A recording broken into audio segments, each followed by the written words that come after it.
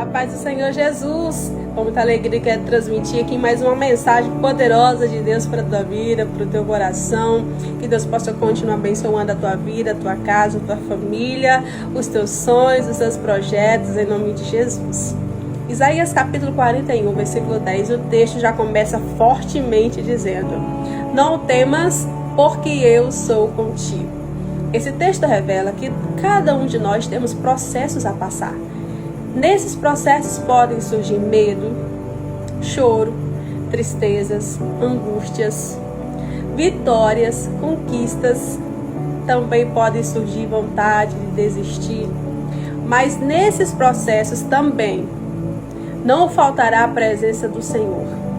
Não faltará a ajuda de Deus. Ele sustenta, Ele é quem nos esforça. Que Deus te abençoe em nome de Jesus.